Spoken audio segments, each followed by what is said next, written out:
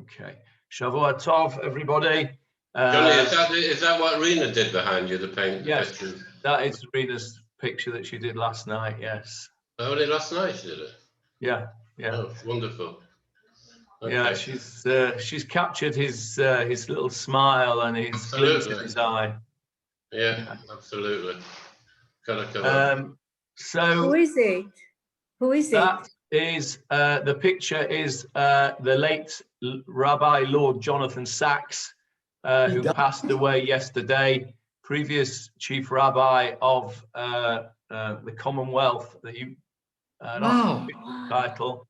A great man, somebody who has very much been the ambassador of the Jewish people, not just in the UK, but across the world.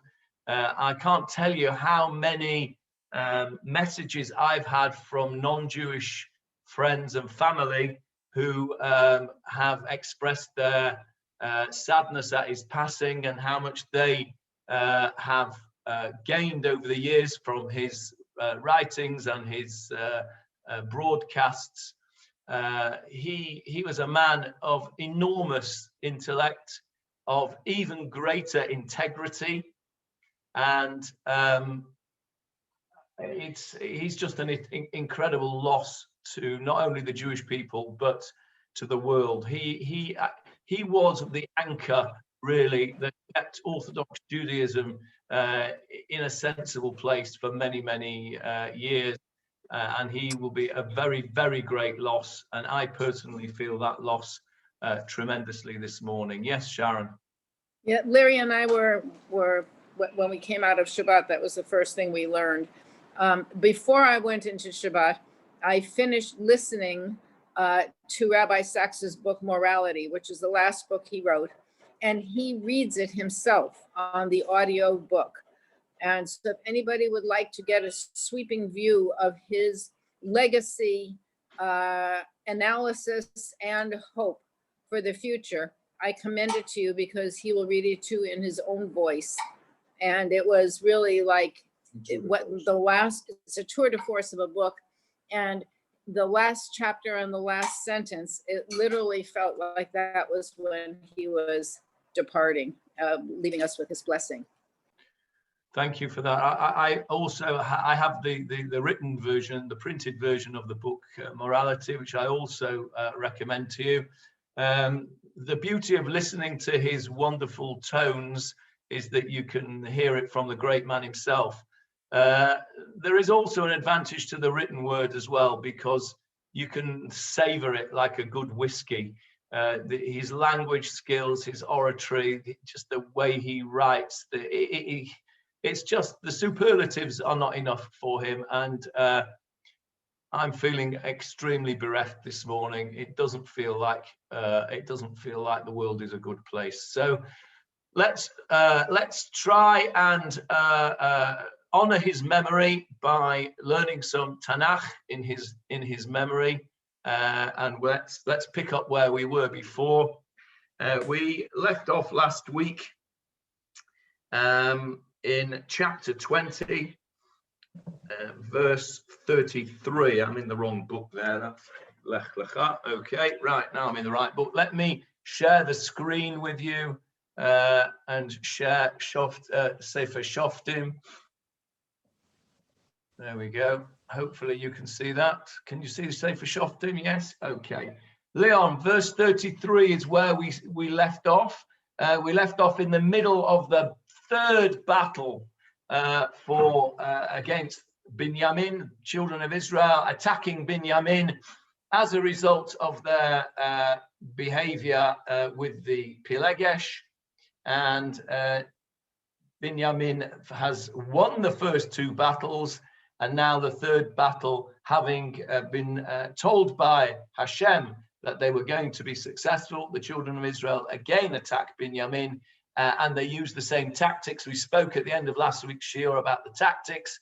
Philip gave us a very useful and insightful idea about the engagement rules of war, which apparently apply to everybody apart from us. And that was very interesting last week. Those of you that missed it, I commend to you the last 15 minutes of last week's Shiur. You can go and listen to it on YouTube. It was a very interesting discussion which Philip brought up. So verse 33, Leon, let's carry on. So, so they arose. 33, are you sure it's not Kuf Daled, 24? No, we did that last week. We're up to, that was the second battle, Marcel. We've done that. We're on the third battle now. Verse 33, the third battle. So they arose, each man of Israel from his place, and they arrayed themselves in Baal Tamar. Meanwhile, the Israelite ambush was withdrawing from its place from the plain of Gibeah. Okay, let me stop you there a sec, Leon. Let me just stop you there a sec, because I just want to show you the geography here, because it's a little bit confusing, because remember we were talking about the place that all this stuff happened was Gibeah, which is over here. In the language, here we go. Have a look at verse 34. Gibeah, that's where all this took place, the Pilegesh Gibeah. And this here, where they were, is Geva. So it sounds like the same place and it's the same letters, but it's not quite the same place. I just want to show you. I've got the map, Johnny. Here's a map. You get it now, yes. Okay, so I'm going to make the map a bit. Oh, no, I'm going the wrong way. Hang on a minute. Let's make it a bit bigger. Okay, so over here, you can see a place called Jabba. Okay, can you? I don't know if you can read that on the screen. That says Jabba. Now, Ja and Ga are interchangeable. If you speak to a Taimani, he pronounces his gimels like a Ja. So Jabba is actually Giva. This is where we think the biblical place of Giva. This is where the rape took place. This is where the people of Binyamin were. This is the city where it all took place. And here you can see a place called Geva Binyamin. Can you see that? Okay, so that is what we're talking about here in verse 34, which is what's the exact expression? Geva. That's right. So this is Jabba, there is Giva, and this is Geva, and we'll see in a moment where the Binyaminites are going to run off to. Just to give you a bit of an idea where it is in modern day world, this is Pisgat Ze'ev, which is, if I zoom out a bit, you can see there's Jerusalem, and it's here. It's just north, slightly northeast of Jerusalem, just over the green line.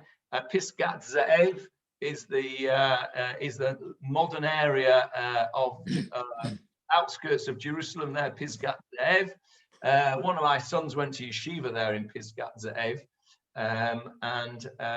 So there it is. This is what we're dealing with. This is Giva and this is Geva.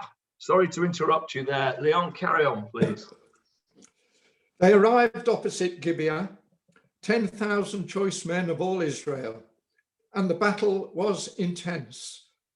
The Benjamites did not realize that evil was befalling them. Hashem then struck Benjamin before Israel, and the children of Israel destroyed 25,100 men from Benjamin on that day, sword wielders, all of them. Okay, let's just stop there for a sec. So here, the third battle is going on, and as promised by Hashem, the Bnei Israel are successful, and 25,100 men of Binyamin.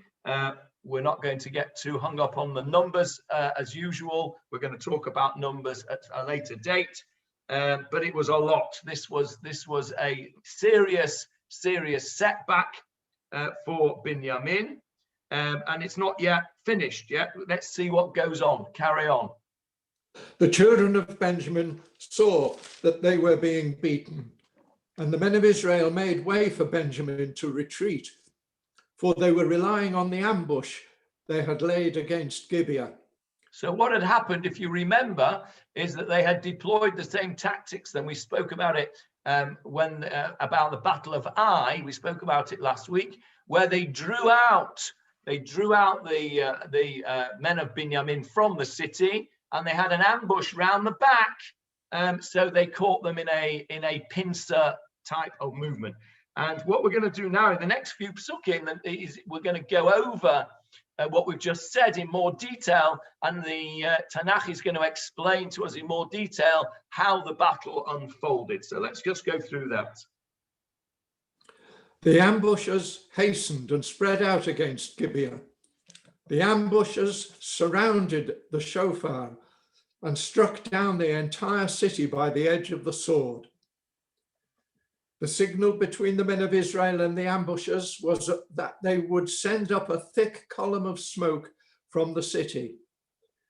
The men of Israel had retreated in the battle, and Benjamin had begun to strike down casualties among the men of Israel, about 30 men.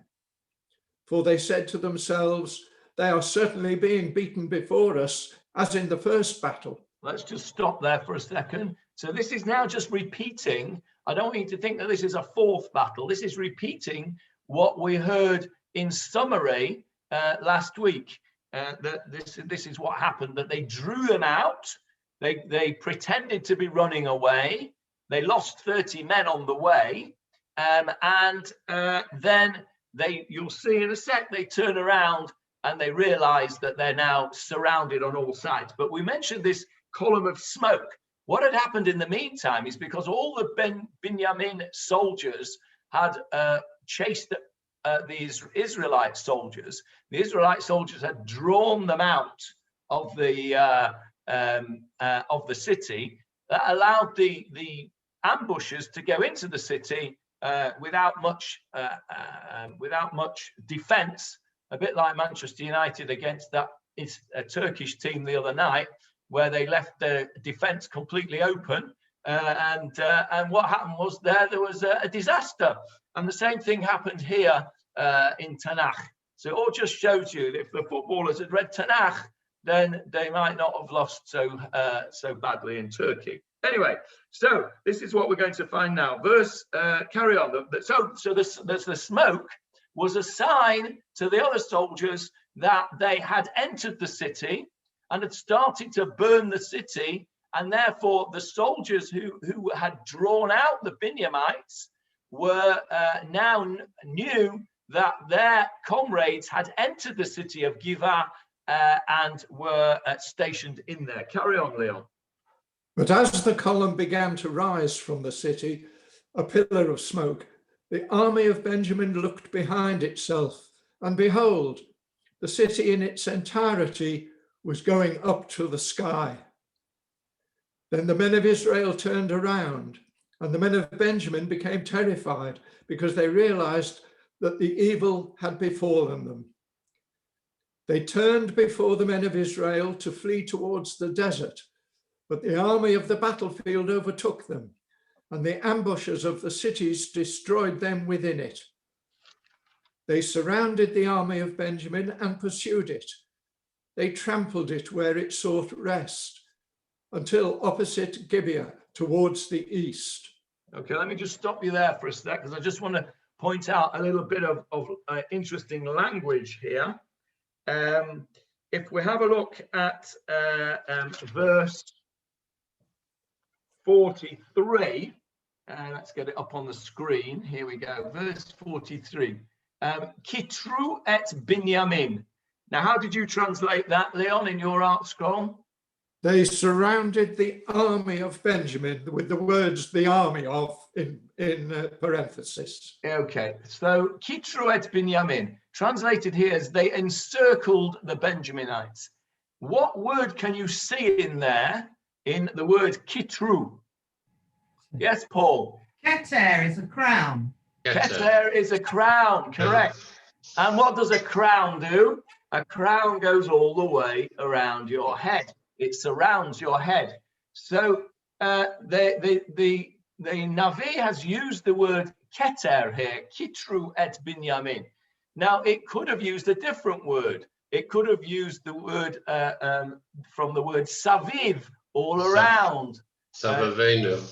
Savavenu, that's right. So, but it's used the word kitru here, and I think it's deliberate because who wears a keter? Who wears a crown? The king. The king or the victorious person wears a crown. So kitru et binyamin means not only did they surround them, they surrounded them and in so doing demonstrated that they were wearing the crown, as it were. They had the victory. So I think that word kitru is an unusual word to be used in terms of surrounding, in terms of war. But I think it's used deliberately to give us an impression of the overwhelming victory that the Israelites were inflicting. Or I suppose they weren't inflicting a victory, were they? The overwhelming defeat that they were inflicting. Sorry about that, Michael. On the Binyamites. Hirdifuhu Mnucha. They from Rodef, they pursued them. And here, have a look at this word. This is an interesting word as well. Hidrichuhu ad nochach hagiva. How did you translate that, Leon? They trampled it where it sought rest until opposite Gibeah toward the east. Okay, now that's really interesting. They trampled it until they sought rest. And here in our translation, that word hidrichuhu is not even translated. They encircled the Binyaminites, that's kitru. They called a pursuit upon them, hirdifuhu, menucha, upon them near their resting places. Menucha, as you know, menucha is a resting place. We have that in many places. Hidrichuhu is not even translated here, but Leon's translation uses the word trampled upon them. So is that right, Leon? Trampled? Yes, yes. Now, what word can you see here in hidrichuhu? Derech. Derech, correct, derech. And what do you do on a derech? What's a derech? You walk on it. A derech is a way, that's right. You walk on it. What is a midracha in modern Hebrew? Pathway. Pedestrian precinct. Yeah, the pavement. Or if you're American, it's the sidewalk. Midracha. It's the same idea. It's the same word. It's walking upon, trampling upon. So, by the way, that's also the root of the word madrich. Many of you will have been in various Zionist youth movements as kids, and you would have had a madrich. You would have had a leader. What does a madrich do? It leads you on the correct path. Hadracha. Sorry, Avril? Hadracha. Hadracha. Exactly, the same idea. Leadership ideas. And that's from the same root. And I just pointed that out to you to show you how interesting it is that the roots of our Hebrew words can mean so many different things, but they all start off with the same concept. So hidrichuhu, they were trampled upon as far as Giva, Mimizrach Shemesh. Mizrach is the east, Shemesh obviously is the sun. Let's carry on, verse 44. Steinsaltz says trampled, uses the word trampled. Yes, he does indeed. He says, yeah. 18,000 men of Benjamin out, fell. it's interesting. Sorry, Leon, to interrupt you. Steinsaltz also points out that in the Hebrew, this verse has a clear poetic rhythm. Let's read it in the Hebrew and see if we can understand what Rav Steinsaltz is getting at with the rhythm. Kitru et binyamin hirdifuhu menucha hidrichuhu ad nocha chagiva mimizrach shamesh. It's got a poetic rhythm to it. I'm not very poetic in my understanding of these things, but I bow to Rav Steinsaltz's understanding of that. Let's carry on. Verse 44. 18,000 men of Benjamin fell, all of them men of valor. Others turned and fled to the desert, to the rock of Rimmon. The children of Israel killed the stragglers on the roads, 5,000 men, and they overtook them until Gidom, where they struck down of them 2,000 men. Okay, let's stop there. So this is how we get to our 25,000 that we mentioned before. We've got 18,000 here in verse 44, and in verse 45 we've got another 5,000 on the journey, on the way, and then when they got to Gidom, they killed another 2,000. I want to just point out here Selah Harimon, the rock of Rimmon. I'm just going to take you back to that map again. Let me just go and make it a bit smaller.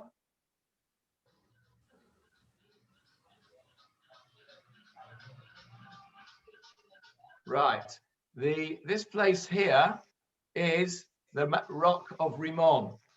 Okay, if you have a look on the left-hand side where my pointer is, you can see Selah Rimmon. That is the place where we've just mentioned.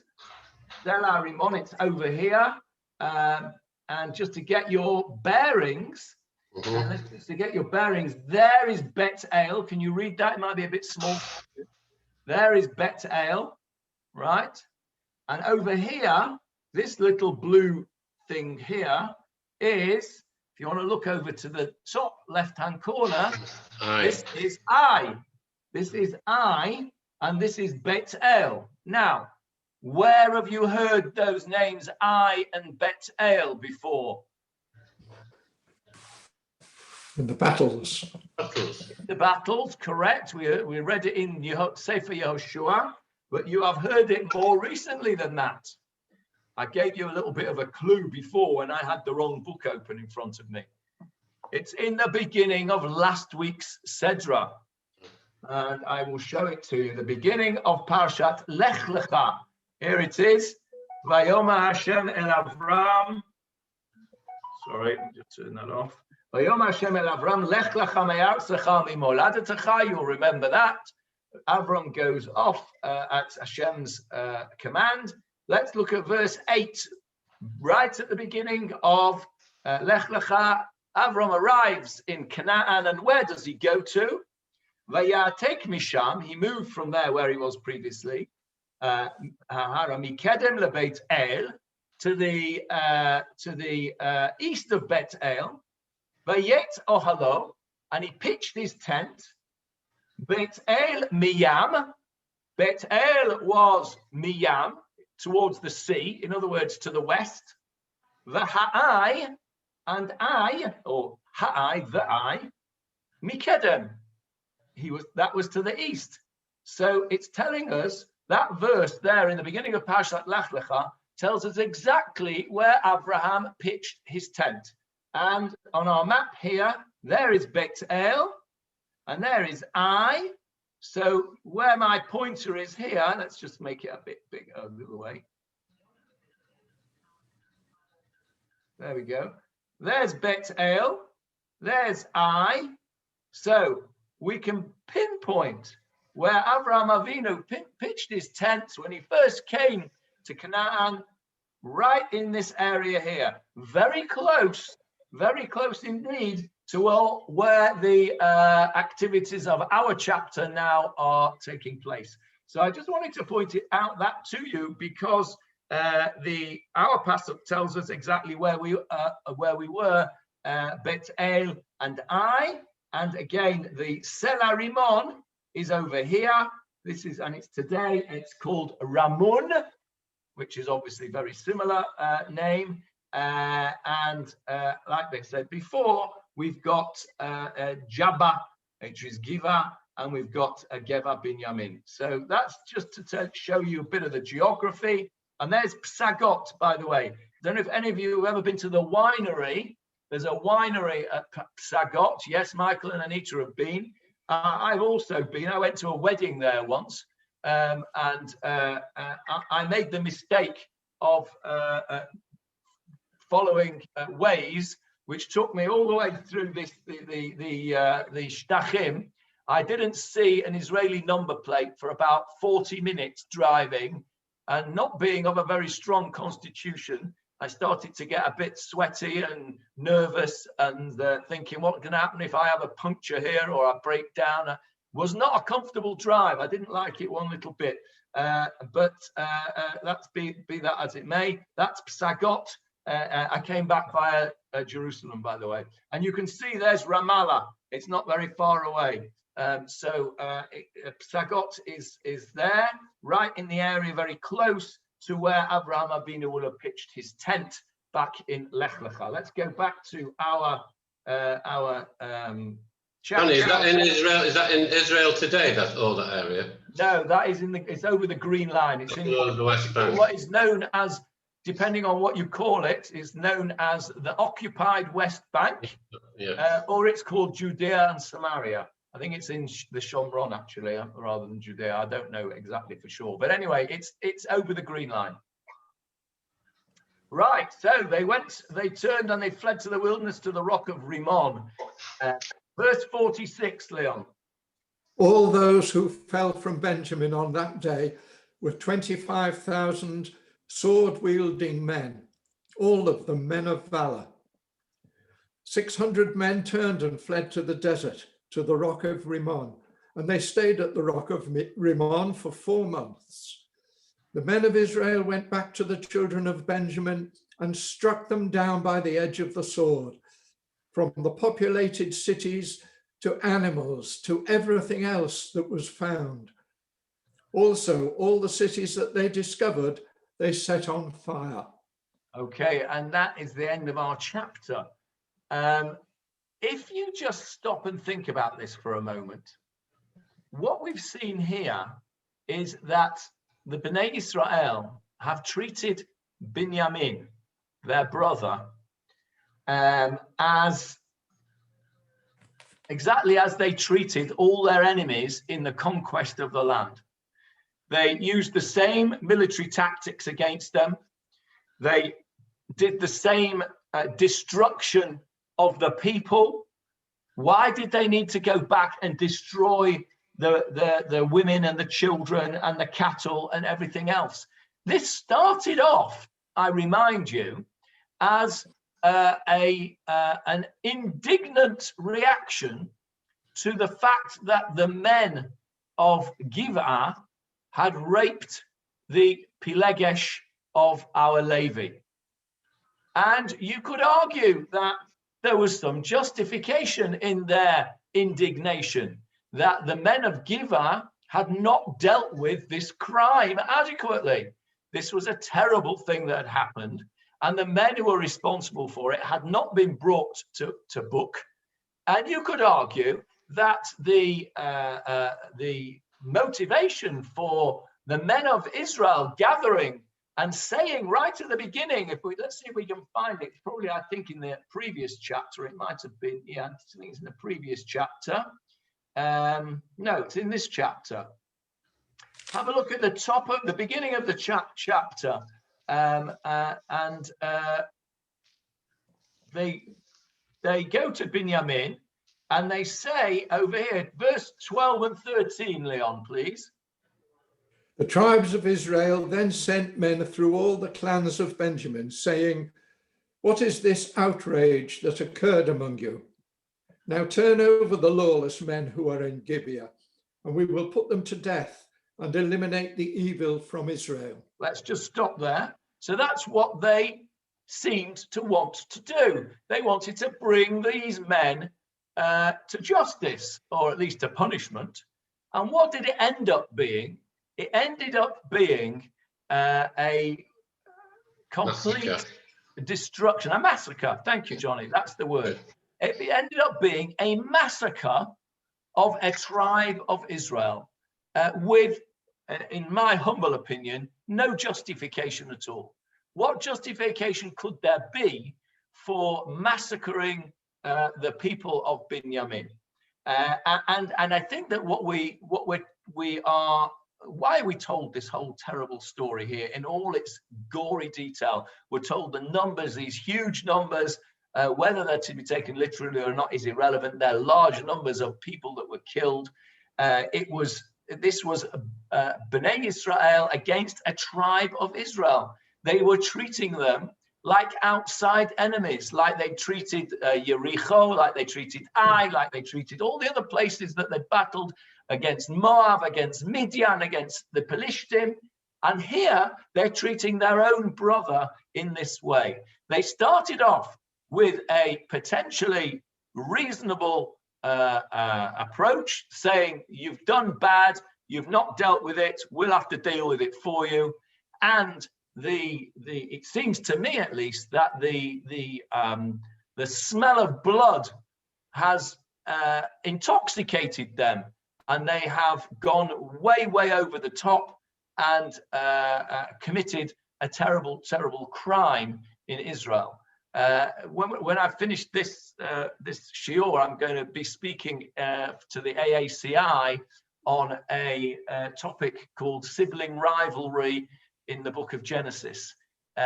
So any of you that are interested to listen to that, the last time they wouldn't let me record it for some reason. So I don't know if I'm going to be able to record it, but if you're interested, you can join that through the AACI website. And I'm going to be speaking about this idea of brother living with brother and a brother being a brother.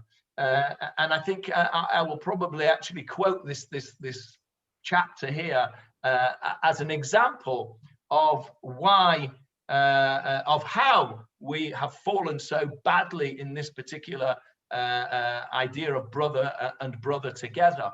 And I think that this is in Tanakh for a very good reason. It's there to teach us a lesson. And we said many times that Tanakh is there not just as a history book, although that's important to us. It's there as a book of morals. On a day where we are mourning Rav Sachs, whose moral compass was so finely tuned and who did so much to try and keep the world a moral place, I think it's fitting that we look carefully at the moral lessons that we can take from this chapter and this terrible episode. Nobody comes out well from this at all. If you look at this from its start, the Levi comes out badly. The men of Giva, who didn't offer them any hospitality, come out badly. Perhaps you could say that the person that took them in had a little bit of positivity about him, but then he ruined it, offering them his daughters. The men who raped the woman certainly don't come out of it well. Binyamin itself doesn't come out of it well. They don't deal with the rotten part of their society. And ultimately, the Bnei Israel, who take the moral high ground to start with, don't come out of it well either.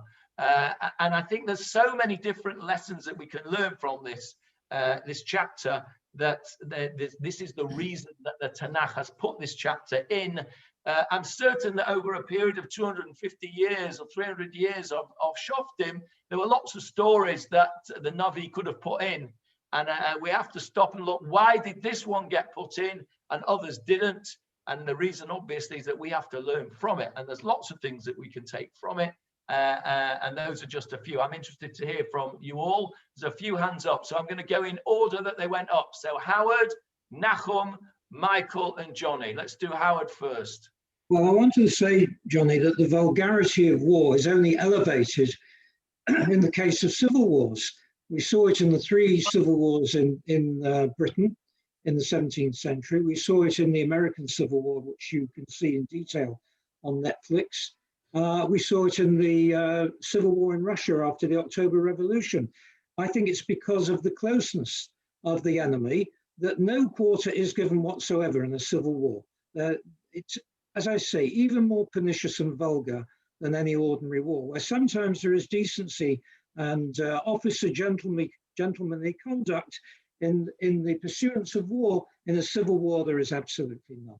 And this is an object lesson. That's an interesting observation. It's an interesting observation, that, and I'm sure you're right about that. But I want you to hold that thought for when we get to the next chapter, because at least we can see at the end, in the next chapter, some attempt at least at regret and correction of what they did. But we'll come to that. Nachum. I don't see what your concern is about what the Israelite tribes did to Benjamin. First, they went to him and asked him to please give us these people because they deserved what they deserved, and they chose not to. And that indicates to me that they had wickedness going on in the land of Israel, which is not tolerable. And then they had the issue of what is the law? What's the law of justice? It's cruelty, just plain cruelty went on. I think that they had a right to wage war against the Benjaminites because they had violated everything decent and respectable in the land of Israel. And they deserve to have a war to stop it. Otherwise, you will lose the purpose of living in the land. Wickedness is not allowed in the land of Israel. Okay, I understand that point, but I would just like to raise the issue, the not so small issue of the fact that they didn't just wage war. They went in and they did not take these men as captives and then bring them to trial. They waged a war, and once they had won the war, they then pursued their brothers, killed 5,000 more on the way when they were running away, when they had already won the battle. They killed another 2,000 when they caught up with them. And then they went into the cities and they killed all the women and all the children who had nothing to do with this event at all. Now, if that is the way justice is to be dispensed in the land of Israel, if that is what HaKadosh Baruch Hu wants from us as inhabitants in Bnei Israel, then I'm taking the next plane out of here, because that is not the way I understand the way that we should behave in Eretz Israel. If you're gonna say there was wickedness there and they needed to root it out, by all means, I have no problem with that. But I can't justify the gratuitous murder of women and children of your own tribe. I understand that back in the day, the way they waged war was that you went in and you destroyed everything. I get that, but not if the enemy is your brother, and not if the reason for your attack in the first place was a single issue. Deal with the issue. Don't go over the top.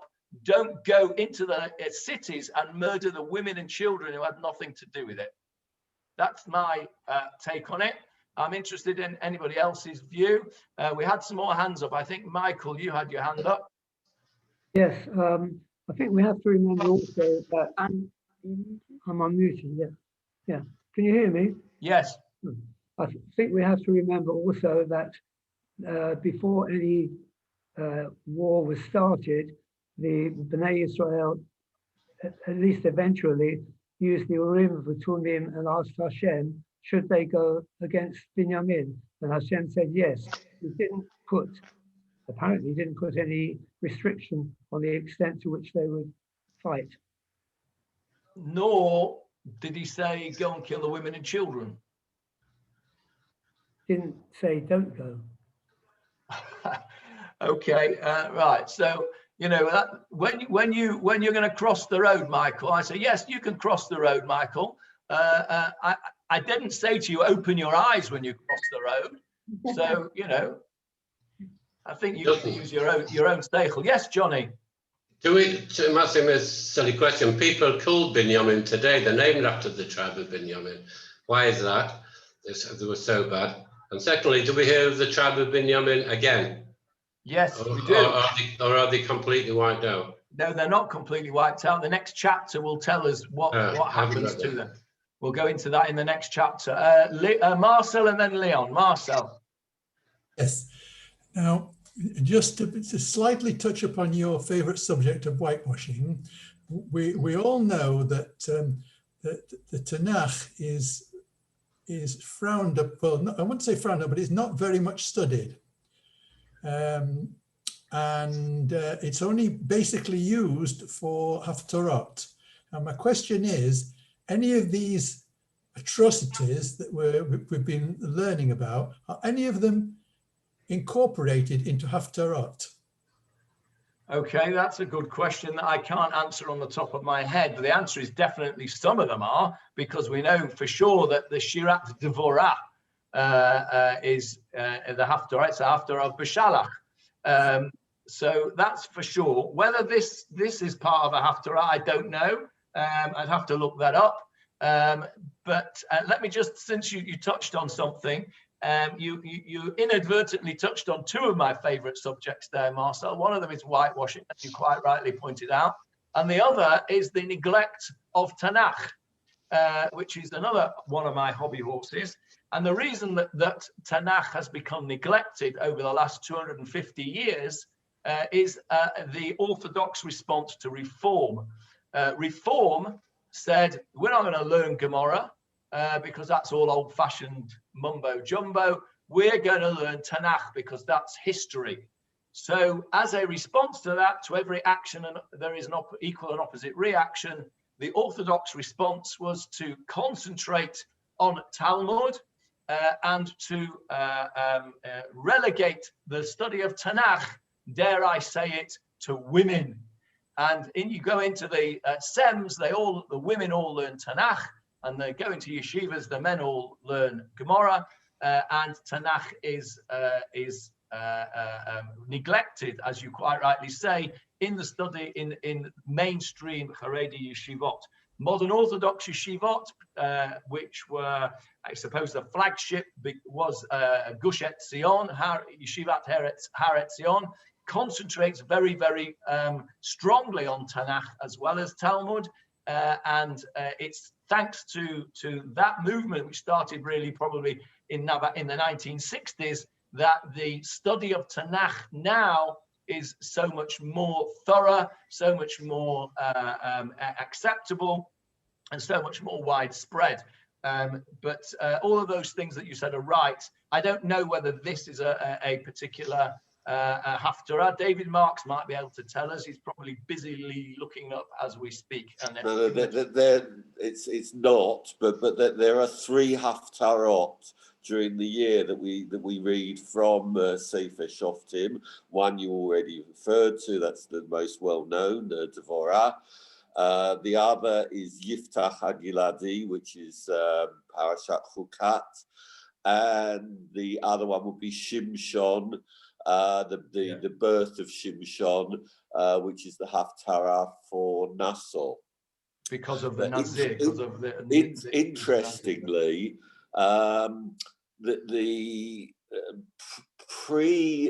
you first see the selection of Haftarot from the Mishnah in Megillah, the last parak. And prior to this, it appeared that there was no set selection for Haftarot, that each community would decide itself which part of the Nevi'im to read, in addition to the Torah portion, or according to some, instead of the Torah portion, if they weren't allowed to read from the Torah. And it appears there's a Tosefta in Megillah, which talks about, there's a Mishnah in Megillah which talks about which parts of Chumash and Tanakh can be read with and without the Aramaic translation. And the Tosefta lists this particular story as chapters that can be read with the Aramaic translation, even though the subject matter isn't particularly pleasant, and it doesn't reflect very well on the Jewish people. So there's obviously this conflict going on over 2,000 years ago about whether we should publicly recite or publicly translate stories like this, which don't pose well for the Jewish people. So another example would be the story of Egel HaSahav, which according to the Mishnah, you can read, but you shouldn't translate into Aramaic because of the potential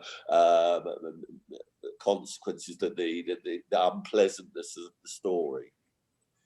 Okay, thank you for that. That's really interesting. I'm going to come to Leon and Philip in a moment. Can I just add that many years ago, the late Lionel Friedman, Zichron Livracha, from Bowden, used to give every week an overview of the Haftorah, a very, very deep study of the overview of the Haftorah. It was extremely, extremely interesting on the times I visited there. Thank you for that. There's also, if you look in the Torah tidbits every week, there's a chap called Rabbi Neil Winkler who does who gives a little thing on the Haftarah, also very insightful. I just want to pick up on something that David said before I go to Leon and Philip, and that is, it's interesting, isn't it, that 2,000 years ago there was discussions as to whether we should be a warts and all religion by translating and letting everybody know all the bad things that we've done. And I think the fact that it's there in the first place, the fact that so many things that we read about do not reflect well on us as a people, it is a support for the idea that we should not whitewash and that we should use these stories for elevating our own behavior, because that's what they're there for. And you've heard me say many, many times that I believe that you can learn how not to behave from people much more than you can learn how yes to behave. So I think that's very interesting, that discussion in Megillah. I shall go and have a look at that later on. Leon and then Philip. Leon. You've just taken the words out of my mouth, Johnny. I was about to say that as you said, there are moral lessons to be learned from it, from this chapter. But it occurs to me that Shmuel might have felt that he wanted to show warts and all in the chapter, but you took the words out of my mouth. I think you've been coming to my Shiurim for too long, Leon. You're beginning to think. You're beginning to think like me. It's no good. Philip. Okay, I just want to make a quick remark about something that Johnny said about the name Binyamin. There's no reason why Binyamin shouldn't be given. There are much more controversial names which are given in Israel to children. For instance, there's a very famous television personality who goes by the name of Moav.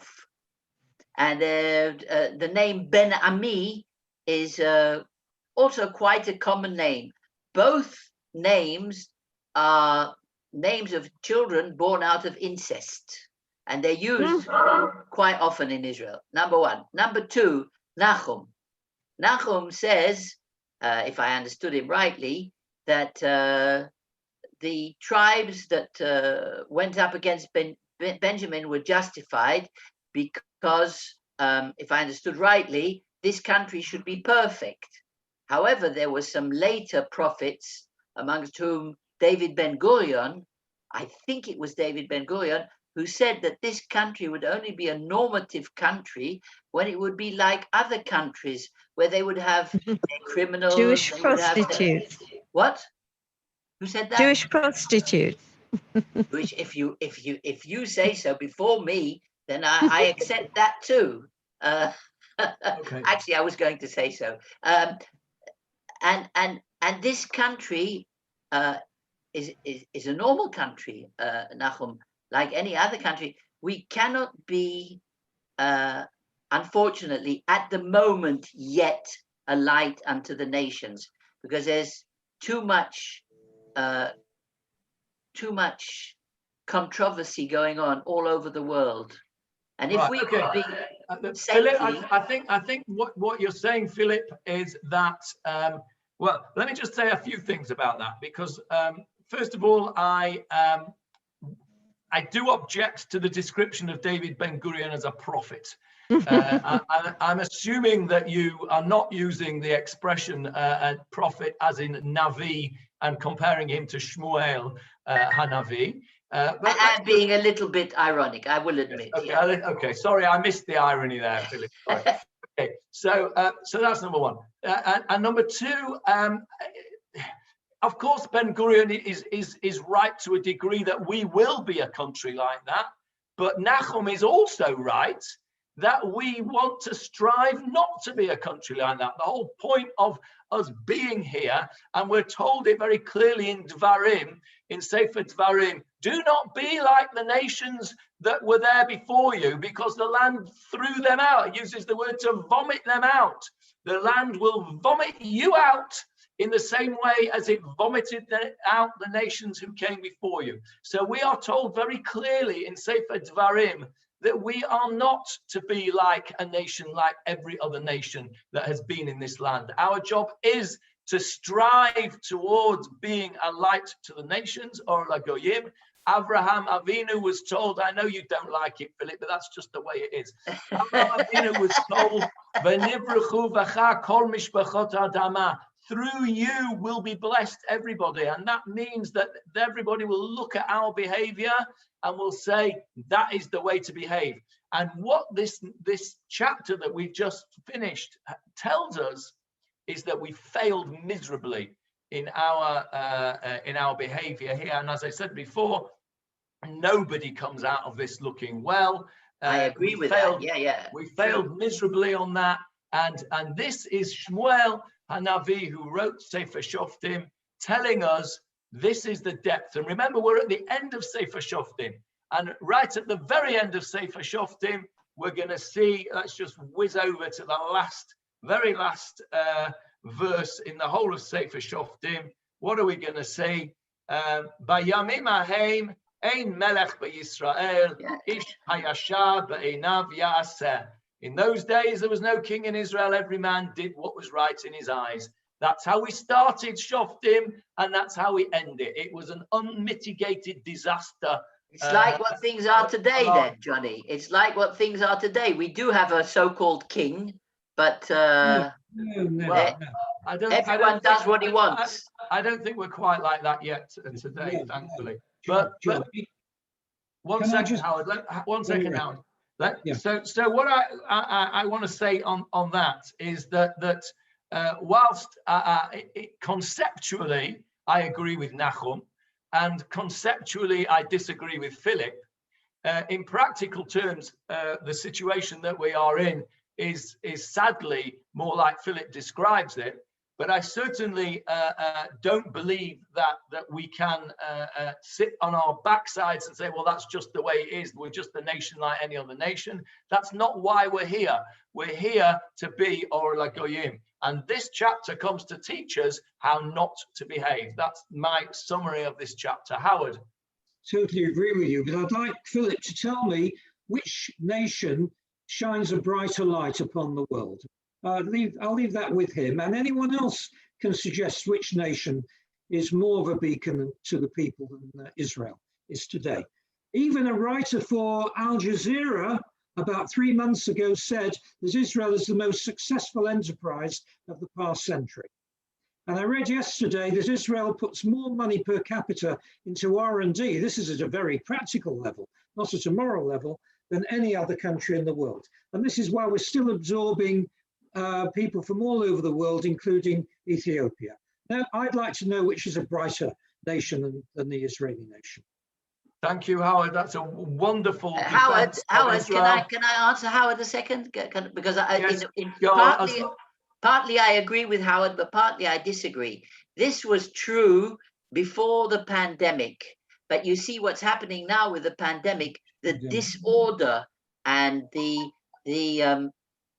Yes, but it's everywhere. Everywhere in the world. The fact that nobody can decide and nobody wants to take any responsibility.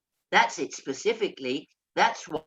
Okay, that's getting too political now, so we're going to stop that discussion there. Yeah, thank you, Howard, for that defense, and thank you, Philip, for agreeing with Howard as well. Right, we're time up. I'm going to have to stop on time today because I have to get ready for the next one. But just to give you a little,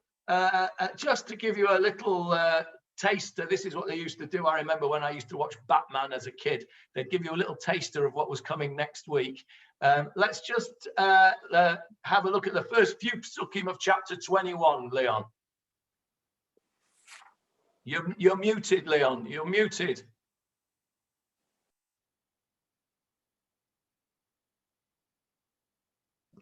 So I was.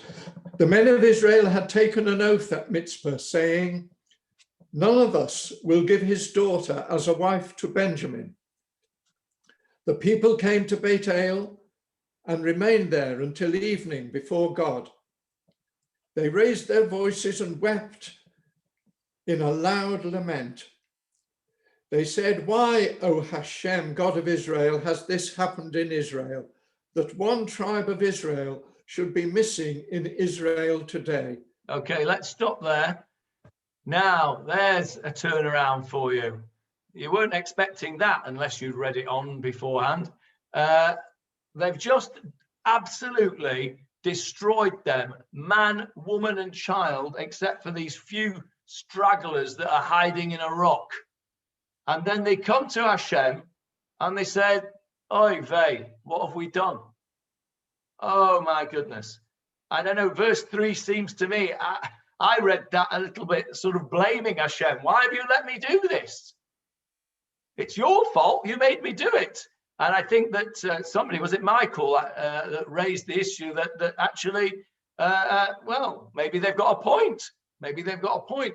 But either way, what you see here is the beginnings of so the regret of Bnei Yisrael for what they've done to Binyamin. And we'll see as we go along through the chapter what they try and do to undo some of the evil that was done.